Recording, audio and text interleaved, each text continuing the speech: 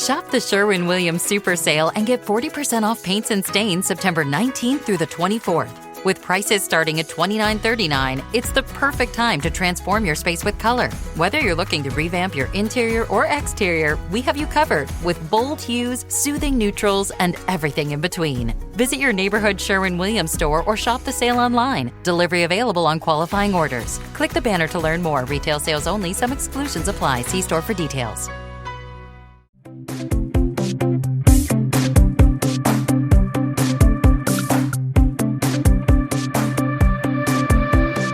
Hi, welcome back to Women Making Moves, where we celebrate the moves that women are making. My name is Amy Pons, founder of Unlock the Magic, Coaching and Healing.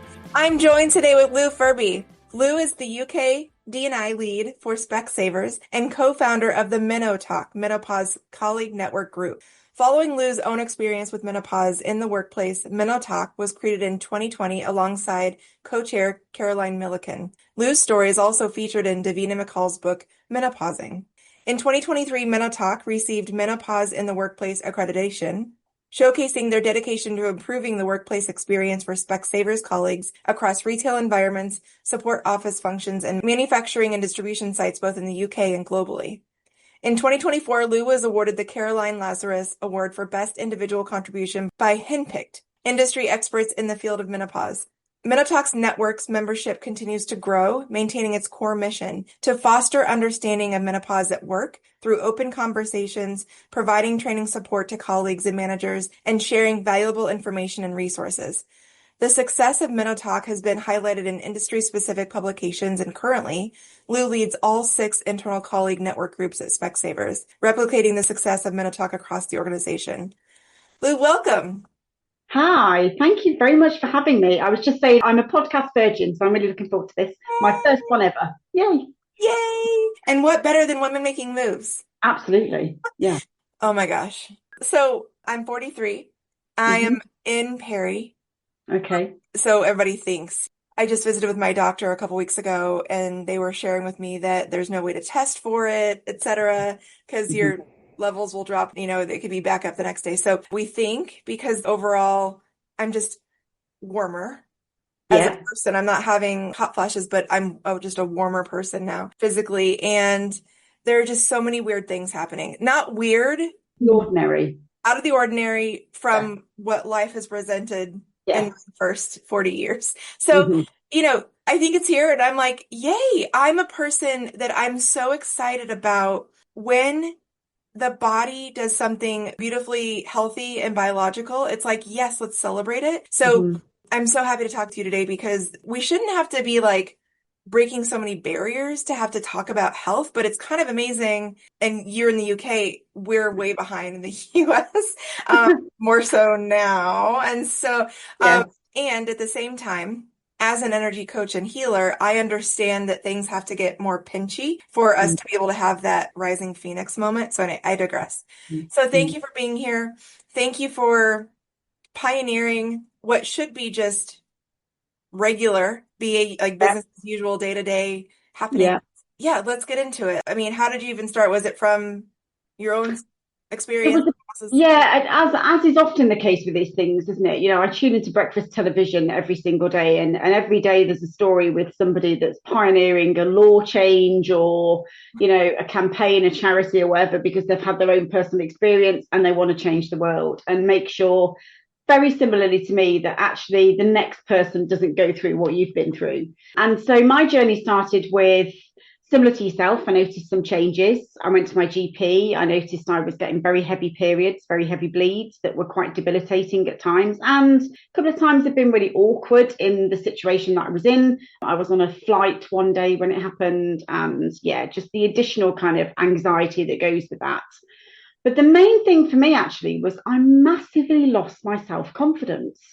I became a very anxious, low self-esteem person, something I'd never experienced before. I was always very confident in front of crowds of people talking, and holding my own socially as well as professionally. I lost all of that confidence. And one of the very weird ways in which it came out was I lost confidence to drive, actually. I suddenly became very, very nervous getting behind the wheel of a car, not because I couldn't control the car, but I had an overwhelming panic around getting lost and not being able to get to my destination easily, and additional pressures and all that sort of stuff. But the physical stuff was the real sort of catalyst. And it included very heavy bleeds, as I said, but also headaches, really bad migraines, and then a few other additional things. And I went to my GP, we had a bit of a conversation. I got sent away several times, as is often the case, told to try different things. And one day I was searching around on the internet and I came across a call out from a lady called Kate Muir, who's a journalist. And she was basically doing this television program with Davina McCall, and she was asking for women to give their experiences. And it was a complete light bulb moment. When I read her article and I realised all of the different things that she was suggesting women were experiencing, I connected the dots very quickly and realised actually all of those additional things. And I think I listed around about 36 of 50 symptoms, which was really scary. And some of them, I wouldn't say by any stretch insignificant, but small independently, but collectively, hugely affecting my day-to-day work and personal life, essentially. And that's kind of where it all sort of stemmed from, I guess. 36 to 50 or more. And that's what's so wild is that I feel, whether you're a menstruator or not, we are in the society where we're meant to understand, well, this happens, so it has to be this and this and this. Yeah. Everything matches and we know that from a medical standpoint, women's bodies, anatomy weren't added to education until 93. So I love that we have so many conversations now about, okay, let's write the tide, right? Like let's do the work now and not dwell on the fact that it was 93, but it was 93 and it was just not that long ago. So I don't even wait for like a medical person to say it. I'll say like, oh, my index fingernail is growing in crooked now. Yeah. Peri. I just go ahead and claim it because one, why not? I'm not hurting anything. And two, it's not like fear mongering, but if we could come together and say, okay, these 36 or more 50 unusual things in my body are starting to happen out of quote unquote nowhere. And my bill of health is okay everywhere else. It's probably scary. Yeah, absolutely. And in the UK, what's really interesting is our GPs have around about half a day in their entire curriculum on menopause during their medical training, half a day. So that's 3 hours, let's be honest, isn't it? So it's pretty shocking and it's improving. And with most things, once it gets highlighted, the tide does change a little bit. And it certainly has over here. Is it fast enough? Probably not. But when it has enabled, I think, is for people to speak a lot more openly on the topic and to feel comfortable. Even the language, when I first started the network group 5 years ago at SpecSavers, I would see a very different reaction to me speaking the word menopause or menstrual health. Even period products weren't a term that people were comfortable with. And oh my God, period products, that how many years in our lives do us women have to use them every flaming month, Lou, you're opening Pandora's box at the moment.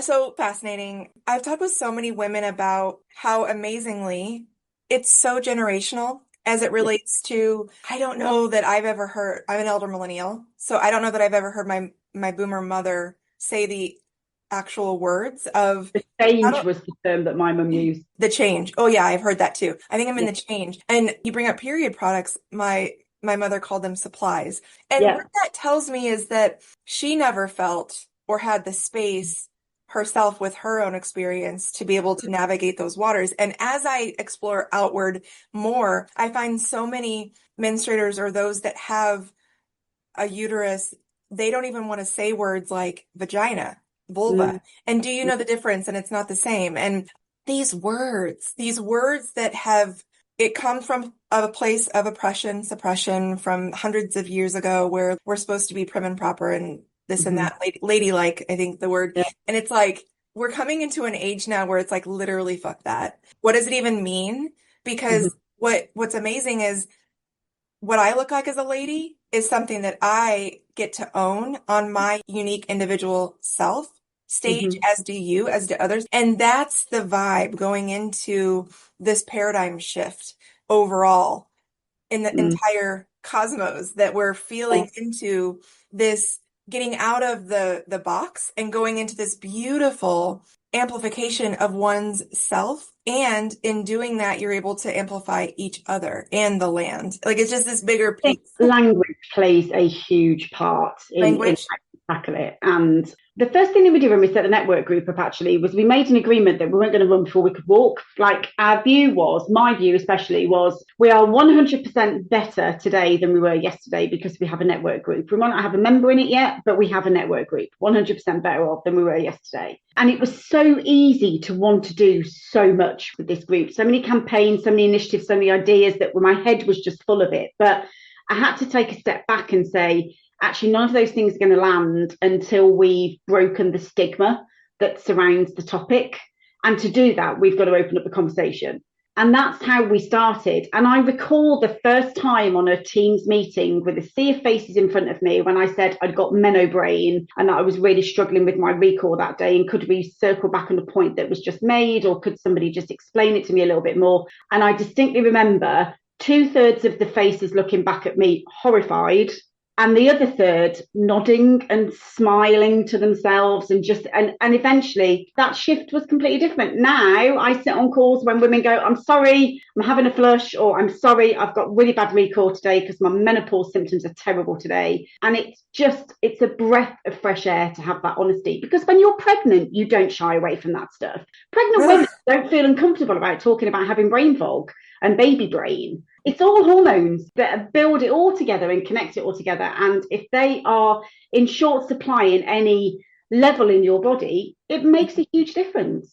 We are the only creature on this planet that there's something so real happening. And I host what's called a womb circle. We literally come together and we say, what day of your cycle are you on? How are you feeling about yourself and the outside world? And we have that dialogue, that conversation. And it has been so exquisite because, for instance, today I am day 22 in my luteal phase. I'm feeling a little bit spiky. So today, what that looks like for me is I'm going to really take care of my energy and how I move and navigate. I'm not going to force anything. How gorgeous we get to a place at a workplace where it's like, you know what? I don't want to have that big presentation that day. I'm in my luteal phase. I genuinely don't feel good. It's not going to behoove me. And we do adopt that in sport now. We absolutely adopt that within women's sport now. We get to say that. Yeah. We had a really useful wellbeing session a year ago with a group of store partners at SpecSavers. And the lady that talked to us actually was a specialist in hormone health. And she was talking about how many long distance runners, for instance, marathon runners, they very much drive their training around where they are in their cycle. And the difference it makes is incredible. But it's also understood and accepted that that's the approach, rather than half of the room sitting there shaking their head thinking we're all being a bit too woke, you know? And it's because the workplace was designed by men for men, and this isn't said with shade, it's just a fact. Men have a 24-hour cycle. Yep. We have a 28-day cycle. So that 9 to 5, that 24-hour production cycle is based on a man's body. So it's so much amazing science and biology that it's like, what if we could go back and say, it's not just that she's being X, Y, or Z. No, let's get out of that vibe of it's just a bad time of the month, or no, like we genuinely don't feel good on any level. So why would we force anyone? You don't force someone when they're sick. Well, that's another conversation in the workplace, but you don't force someone to work when they're sick. Well, don't do it when someone's feeling mentally. And we hear this. There's a lot of crossover with this as well with neurodiversity. Because again, there are certain limitations for people with certain neurodiverse considerations. Therefore, it's very easy to make those adaptations to help them excel in the area where they're particularly strong in. So they might be particularly creative, for instance, but also to accommodate in the areas where they're less strong, like timekeeping, you know, and that time management piece. It's all about being adaptive. And that's what creates a really diverse workforce. Adaptive and inclusive and understanding of what everybody's strengths. And I don't even think they're weaknesses, are they? They're just they're strengths, you know, and how we play to them. So yeah, completely agree. So again, Lou, that's the vibe. I'm so grateful that someone like you is at the helm of this, leading a workplace, because I have to say, over here in the US, and it happens worldwide too, but our workplace is damaged, and especially what we're seeing in the workplace over here is non-men leaving the workplace in droves for various reasons, but it's gotten to such a fever pitch at this point where they have such a permission slip to only do the things that they want to do that works for them. And when I say them, I mean a very specific subset of the population. And you know this, there's no DE&I anymore. And you said something earlier, walk before you run. We're seeing in the US, almost every DE&I program was built upon those same systems that were rooted in that oppression suppression. So of course, the moment someone came in and said, you don't have to do this anymore, it was like a house of cards, done, gone. And so to your point, the last corporate stop I had, I was the head of the Women's Employee Resource Group. And I was just bursting at the seams. And it took us a couple of years to get really up and running. And we were seeing increased numbers of domestic violence over COVID. So we started a self-defense Krav Maga remote class for our employees. We reconfigured all of those stupid coin machines for pads and tampons that were a quarter to be free worldwide. We just started going. I was like, what? And those are such tangible changes, aren't they? They are. And it might sound a little bit cliched and a little bit tongue-in-cheek. It's not, but they are tangible changes that change lives. Yes. One of the things that we did at SpecSavers was we introduced a contribution towards their financial, they get added to a health and benefits package anyway, financial contribution to enable them to access consultative appointments with menopause specialists. Because all we kept on hearing was, every time I go to my GP, I'm told to go and charge antidepressants, or I'm sent away to come back in 6 months. And so we said, right, okay.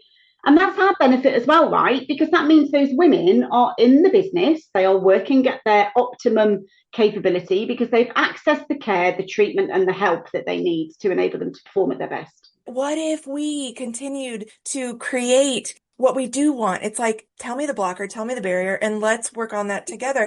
And I feel like this transcends menstruation, menopause. Hormone health broadly, isn't it? Because we also include male health, hormone health. Of course, as well. absolutely. That's something else that we haven't really tapped into yet. Is changes in their prostate and their testosterone levels and all of that sort of stuff as they get older. You know, it's not medically proven in the UK that there is an andropause, but there was a strong belief that there is a version of menopause for men, and it's different.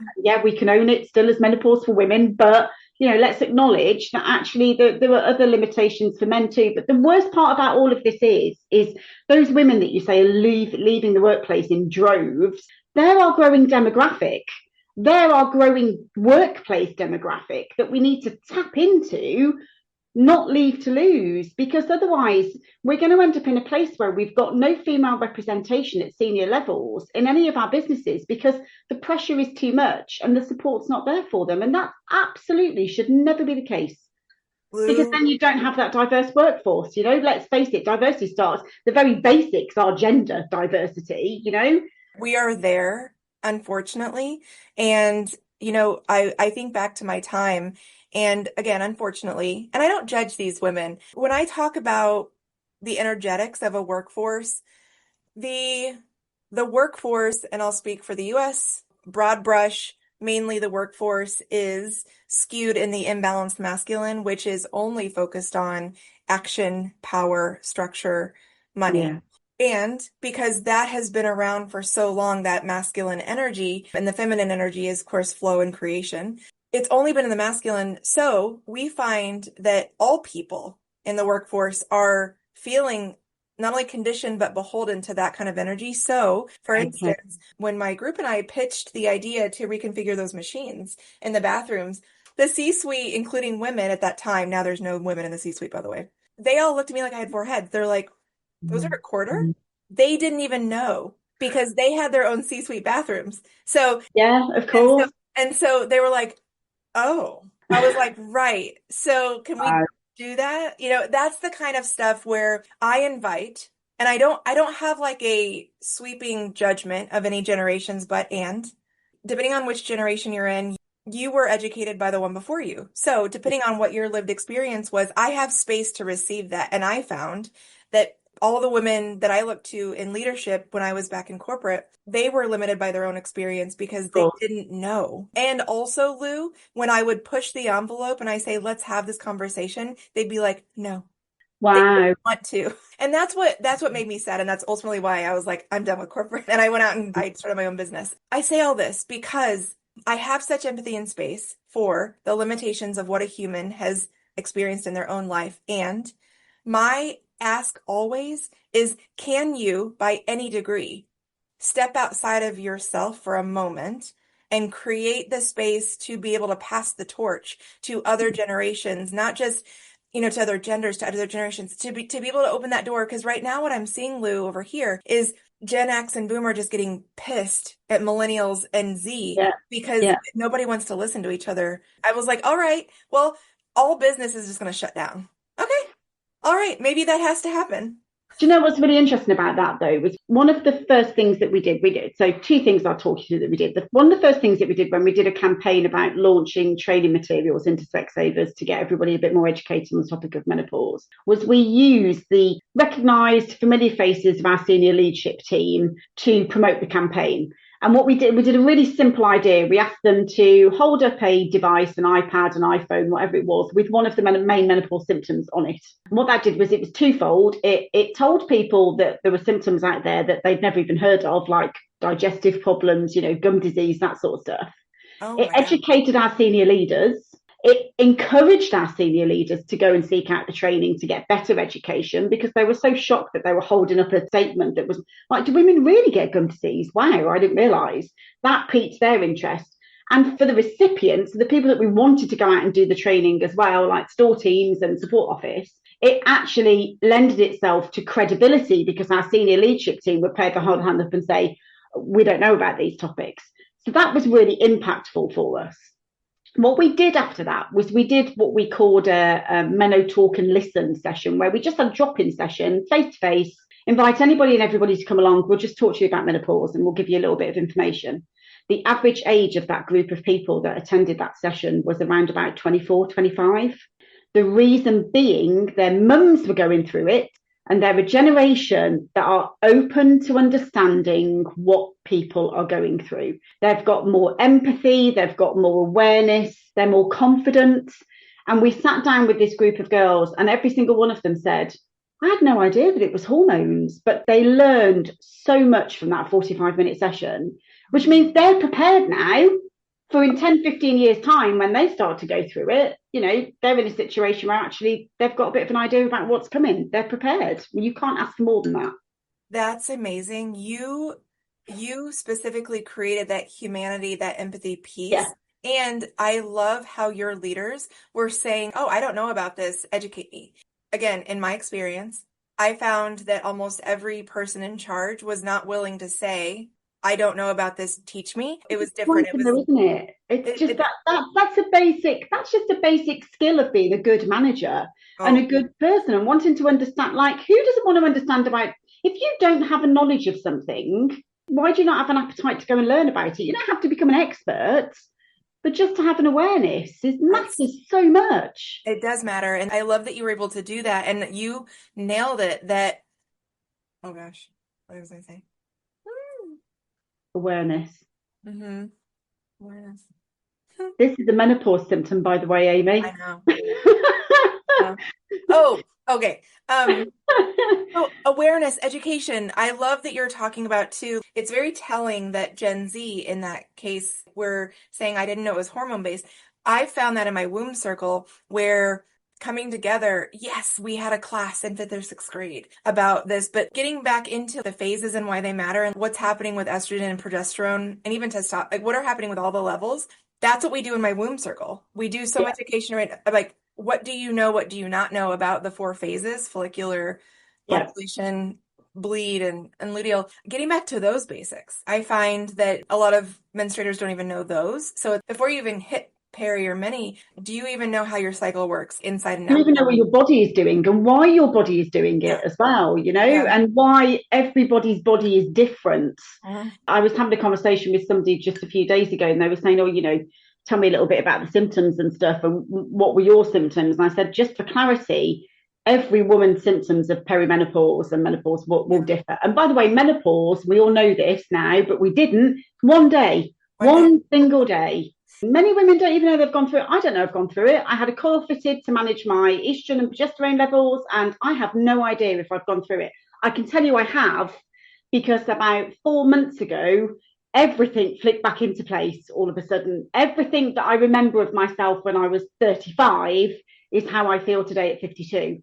So sorry to scare everybody, it did take almost 20 years, but that's the reality. We It should all know about that. It's possible that for about 20 years, 10 to 20 years, we might not we're feel going like to feel out of ourselves. thoughts. Yeah, and like there's so much support we can have. So I love that you said that about what is menopause. Menopause itself is the day that you've hit 1 year from your last bleed, and then you're in postmenopause, and then you're going to be in post the rest of your life. And so peri, it can start as early as 20s, and then of course I'm at 43, so yes, I'm likely in it.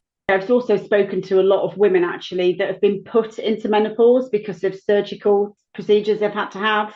That is incredibly daunting because let's face it, right? You've just had your womb removed for whatever reason. You're 30 years old. You're dealing with the fact that you're not going to have children and what huge implication that is. You're not naturally going to have children.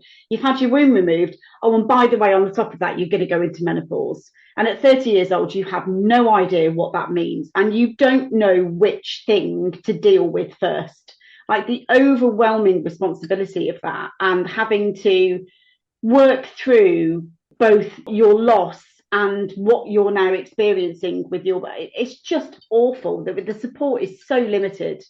The amount of people I bring through, I have a sacred womb healing ceremony where we address all that the womb, like from the entire lifetime and the lineage, because our womb is actually not just our lived experience, but the entire lineage of what came before us. So there might be something in there. Everything still lives in there. And so I have to tell you, the moment that I lead these ceremonies, we name the womb and we speak with her and we bring her through. Even if the organ isn't there anymore, it's still the womb space. It's the energy. Yeah. When we do that, Lou, we have cleared, I'm sure, just generations, and suddenly, quote unquote, suddenly, because we're now with the womb space, we're working with that energy rather than against it, because we're taught our lives that this is something happening to us. And that's why I celebrate when I get my period every month. I'm like, oh, thank you. Thank you for, thank you for being here and being healthy and natural. And thanks so much. I appreciate you. I work with my womb. That's what I do. And to your point, I'm not sure that when there needs to be a hysterectomy, and I work with a lot of people that have had hysterectomies or partials, it's not only the physical removal, it's the feeling that you're less of a woman somehow. Yeah. And because again, that's what history's told us, isn't it? That's that oppression that we've lived all of these years, that actually if you don't have a womb now, then you're surplus to requirements. Your role in this world, however many years ago, and I did a session with a GP, Olivia Hum, she's fantastic, recently, a menstrual session. And I think she said something like, it's only been the last 120 years that women have lived past 40, averagely. So many women died before they even went through menopause 120 odd years ago. That's pretty scary, isn't it? Wow. And it kind of does explain a little bit, actually, around why our knowledge of this is probably so limited. But yeah, that's, you don't think about these things. So bless you. and everyone that is willing to have these conversations. And for anyone listening, I encourage you by any degree, check in with your own self-talk, self-thoughts, self-feelings toward your womb space or toward your experience, and see where there's room there for you to love yourself through that and love that space. It's unfortunate. Like, I have a lot of friends that have endometriosis, and so their entire experience with their womb has been really painful and kind of nightmarish. But again, if you can start to work together, that energy is pretty exquisite, and that's the epicenter of all life force and vitality, if we can understand that. So MenoTalk, is this specific to SpecSavers, or is this something that you're like, I want to see you on a global stage rolling this out to every workplace worldwide? It'd be great, wouldn't it? It is only specific to SpecSavers. We're about 4 or 5 years old now. I think we started just after COVID, actually. And we now have in SpecSavers, actually, it helped grow some of our other colleague network groups as well, actually. So we've got 6 in total now that look at specific sort of communities within our business. I think MenoTalk was always meant to be around supporting. It was never meant to be a place where we expected any of our members to do any of the doing.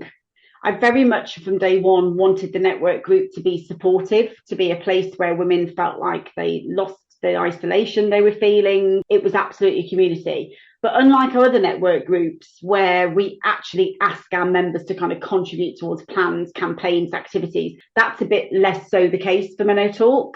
We worked with an industry expert, you mentioned it in the intro company called Hempick, to kind of get us to a place to understand how we could kind of gain accreditation in our workplace for menopause, which we did very quickly. We also have a great charity over here called the Wellbeing of Women that you can sign up for free to the Workplace Menopause Pledge.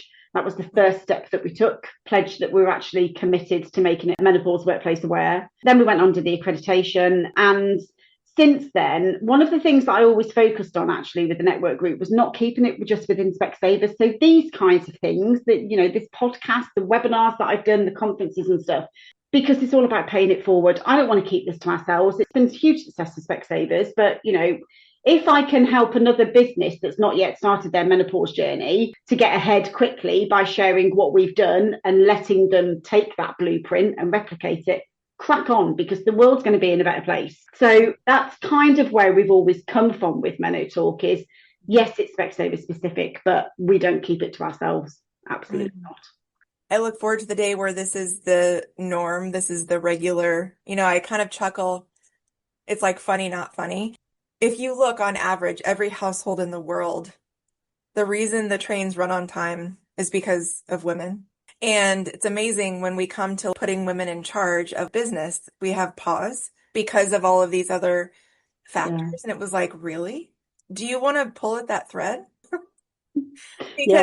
because, and this isn't just specific to women. You've said this a few times. The more that you can uplift and support every type of human, regardless, that makes up your workplace. Let's start there. Oh, the more that things not only operate better, it's like they thrive. And like the more that we do that, if we were able to adopt an approach where we have a baseline of every employee that you have at your workplace, imagine doing that at every workplace across the world. And actually, we've kind of actually, Amy, touched on that in the UK, because the government that we have in now, our Labour government that came on board about 12 or so months ago, have now introduced that every workplace with employees of 250 and more, but it will broaden, I hope, has to have a menopause action toolkit in place. And that could be a policy, you know, it could be period products available free of charge. But actually that different. So we've committed, all of our stores are actually independent entities, so they don't have employees of over 210 people and 250, but we've committed to say we will provide you with the blueprint of that toolkit so that you in store can go out there and you can implement that within your store, whether you've got one employee or 100. It doesn't matter, the principle is exactly the same. It provides you with a baseline to basically deliver the right standard for women in the workplace on menopause support. So it's amazing. I just keep feeling, we're not just behind over here. It's going to have to be like, seriously, burn it all down and start over. And, you know, we're going to be right there. Those of us that are creating the new, we'll create the new, and we'll, you know, take a page from your hats off to you for that as well, because there are mountains to climb even when you're in a good economic climate, let alone when you're not. And it's probably worse than bad, isn't it? Let's be honest. But, you know, it's people like you, Amy, that will make that difference. We're on it. We got it. That's why I don't like to like dwell or make a villain. It's like, okay. No, absolutely. Here's the situation at hand. I know that with the paradigm shift of creating the balance we've never seen in this lifetime, of course, all of this has to come through and literally dismantle everything. So most days I'm like, let them. Some days I get a little more spicy than others. And then I'm like, okay. And then you step aside and let us step in. And so we'll get there. And I'm a believer that everything happens for a reason, you know. It's sometimes see in the midst of it, but everything happens for a reason. 100%. It's so beautifully for us, and that's not me saying toxic positivity. I go back to the fact that, of course, everything needs dismantled right now, because everything was still built upon the systems rooted in that oppression back from 1776. So, I digress. Yeah. So, from a MenoTalk perspective, or menopause in general, about the conversations you're having right now, is there anything that's kind of chapping your cheeks, or something that's hot topic for you right now? I think the thing for me that's always really frustrated me with menopause And it will change, and let's face it, it's a hot topic as well, really. Media's representation of menopause doesn't need to be a grey-haired 60-plus woman. What was her name? Angela Lansbury, 1980s, over 50s woman. Like, we are not those women anymore. We're 52, we look like and we feel like somebody a lot younger. And I would love to see that represented better in the media and through entertainment. And we are getting there, I think. But yeah, there's a lot of change to happen in that respect, I think. I feel that it's just continuing more of this feminine energy coming back and saying, what do we want to create? And it's this amazing space where this goddess vibe, where we hold being so frustrated with how limited we've been represented, and also holding the space and empathy to actually bring us through to that change without stepping on others. That's what I think is so gorgeous, and how I'm so impressed the way women, for the most part, but without monetizing it as well, because there's always that danger, and it's something that we are seeing over here a little bit at the moment, is that they're calling it menotizing, actually. Meno washing. Like, all of a sudden we've got these amazing products on the shelf that are perfect for women who are going through menopause and perimenopause, and actually you look at the ingredients, and exactly the same as the bottle next to it, but £2 more expensive. And that will always happen, right? That world, of course it will, but again, it just adds that narrative that it's this special time, that women go through, and it stops it being that conversational, like a woman who's pregnant. It's a bad but good comparison to give, but I always think no one judges a pregnant woman, right? No one looks at a woman and goes, oh, she's going through pregnancy, she must be in about hormones all over the place. Like, nobody has that accusatory view of a pregnant lady. But when someone goes through menopause, there's still that generic natural connection to, must be, I bet she's really moody at the moment, or that sort of stuff. And I think the media and the different businesses out there that have capitalized on the opportunity are kind of exploiting that, but it will happen. That sort of stuff you can't stop. I think it's going to take more and more women to express their voice. So if you hear or experience something that is biased against menopause, you don't have to eviscerate someone. I used to do that. I used to just eviscerate somebody. Yeah. The vibe now is lean in with, oh, help me understand why you feel that way. Or why you've got that viewpoint. Yeah. Or like, where'd you learn that? Because I feel that's where women of the world are actually, again, they're holding that space between, really? Did you say that? And help me understand why you feel that way. Or like, where did you learn that? And more of that. We might not want to have that approach every time. You might want to rage at somebody, and at the same time, they might not know any different. So having that varying space or degree of empathy, and if they double down, then you get to rage out. That's your, like, whatever. Yeah, absolutely. But if you can try to hold that space, that's actually the ask now, is to be curious. And I'm not suggesting that it's women's job to teach everybody appropriately or etiquette wise talk about menopause, but if you're curious, find a woman you feel comfortable with, and be like, is this okay to say? And women start saying back, no, that's not okay to say. Here, let me tell you why. Let me educate you. And that's pretty much the principle of diversity and inclusion the world over, really, isn't it? Language changes over time, and, the connotations with different words change over time as well, and all that sort of stuff. But equally, if we never explain to somebody why a particular term is not seen to be acceptable anymore. And I remember going through this, and it's some time ago now, we introduced pronouns in our business with our signature, very much a choice. If you want to put your pronouns on your signature, crack on, kind of thing. I remember very early doors, a lot of people kind of said, why have I got to do that? Why do I have to tell people what my pronouns are? And they didn't understand the concept of it. It's not about you telling somebody. It's about the person that's got a different view, a different approach, a different style, a different thought, a different diversity, identifying to you what their situation is, so that you can be respectful to them. So that if their pronoun is they, then you're using the right term to describe them. It's got nothing to do with whether you're comfortable with it as the user, and everything to do with the person that's receiving it, how it makes them feel.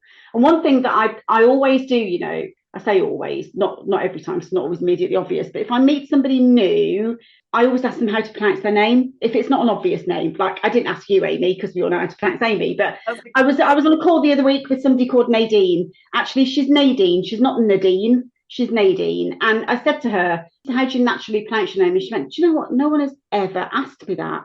And of course, the conversation turns out Nadine is called Nadine probably by about 70% of her colleagues and her work and her friends, because she's never just got, actually, do you know what? It's Nadine. But equally, no one's ever said to her, do I pronounce this right? Those are really tangible differences that make such a difference to her. She went home that day feeling fantastic that someone had just taken the time to say, how do you say your name? It's such a simple thing. I ask everyone that too. And I find with the humanity that I work with, it will be difficult for you to consider someone else in that space if you have not given yourself that space. Absolutely. And so there's this varying opinion out there that it's like, oh, everybody's getting selfish. Well, first of all, it's not selfish, but also we're coming off of a time where we've only been told only think about others. We've got to get back into ourselves first. And that's really damn uncomfortable for a lot of people right now. It's getting into a space where you feel comfortable asking yourself, what do I need to feel safe in this moment? It's amazing. Once you can start doing that, then what starts to beautifully come up, I always share with, especially working moms that I serve. I share, by choosing yourself first, you actually choose the ones you love. And it's hard to like understand that. Putting the oxygen mask on first when the plane's going down, isn't it? Let's be honest. Exactly. The more you care for yourself first, that much amazing more capacity you have for the people that you do want to be around. So y'all getting back into that vibe, yourself first, but not from an ego place, from a soul place. No, absolutely. Yeah, I completely agree. So Lou, as we start to wind down, what would you share or what would you say to the people of the world in charge of businesses who say it's not appropriate to bring those types of conversations into the workplace? Oh, wow. What would I say? I probably can't repeat exactly what I would say, but I would probably say we're in a world where diversity of thought, diversity of people, we're in a diverse world. And if you can't face into an uncomfortable conversation around a topic that you're not necessarily comfortable with, then I challenge how you're set up to be the right leader and manager for your business. And I've had situations, where we've talked to people in our business that have sort of said, I'm really, really struggling with my symptoms. I can't, my manager's expecting me to get up and do 8:30 meetings. And I'm so exhausted through lack of sleep and night sweats. And I can't get up and I can't do these meetings at 8:30. I'm really struggling. And our challenge has always been back, well, what conversation have you had with your manager? Or I haven't really talked to her yet. And we've always laid things really clear, which is we are not going to change everything in your working pattern to accommodate your situation, but we can make adjustments that can support you. But you can't have those adjustments and those discussions unless you're open with your manager and you talk to them. And it's a really interesting one, because this is part of the reason why I got into MenoTalk, because I had a brilliant manager, very good relationship with him, but I was going through so many different difficulties. I was on the wrong medication that was causing problems. And I remember sitting down with one-to-ones with him and him just going, oh my God, what's going on with you? What's happening, Lou? You're not yourself, sort of thing.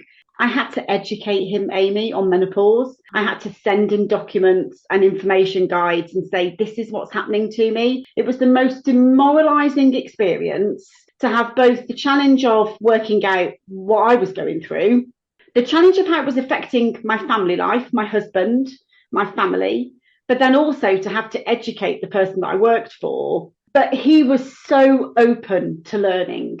He was really happy to be told what was going on. And every conversation started with, what can I do to help you? And why would that ever be a bad way to lead and manage, to ask somebody what they want and what they can do to help? Again, that's a whole other conversation. Maybe we have a part 2 about insecure leadership.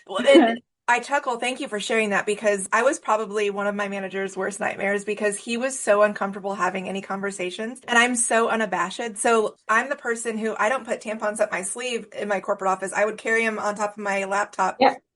from meeting to meeting Why and not? people would be like, that's inappropriate. I'm like, why? Yeah. They're like, would you carry toilet paper? I'm like, maybe if I had to, like whatever.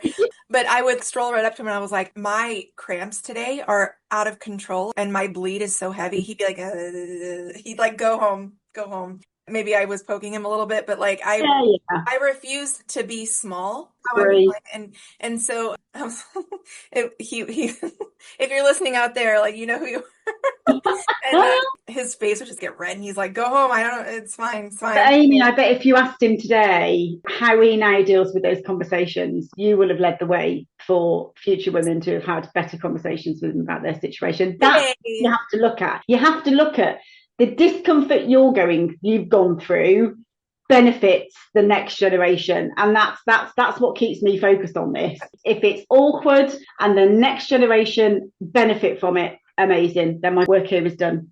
Again, Lou, you are a unicorn. Almost every woman leader I talk to, they're like, we had it worse. Stop complaining. That was the vibe. Like the men were more sympathetic at times than the Yeah, women leaders because it's almost like they were so mad that they didn't get the same kind of yeah, yeah. consideration. So they were using it against us rather than turning around and making it better. So, um, Mm-hmm. where can we find you and to support your work? So probably the most prominent kind of platform I use is LinkedIn, and my name on LinkedIn is Lou Furby. That's spelt like the toy for everybody that's probably wondering. When I got married, I hoped I'd end up with a better surname, but I ended up with a more defined, memorable surname instead. So yeah, LinkedIn, I would say absolutely. Also, as I've said, I'm always happy to pay it forward. If anybody wants to email me, my email is louise.furby@SpecSavers.com. I would be more than happy to have a chat to them and help other people get to a place, even, start their journey, if not finish it, through menopause at work support and providing any advice and guidance that I can give, really. Gorgeous. As always, you can find Women Making Moves on any of your favorite podcast platforms. Please be sure to drop a review or a rating and let us know what you'd like to see on the show. And you can find me, Amy, at unlockthemagic.org. Lou, closing remarks as we wrap up. This has been fantastic. I suppose closing remarks are, if you think that you're on the cusp of starting something in your workplace for menopause, just do it.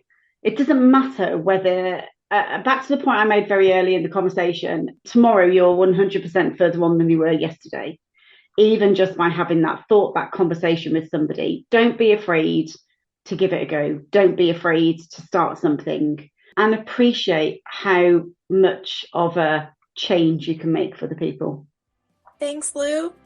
Pleasure.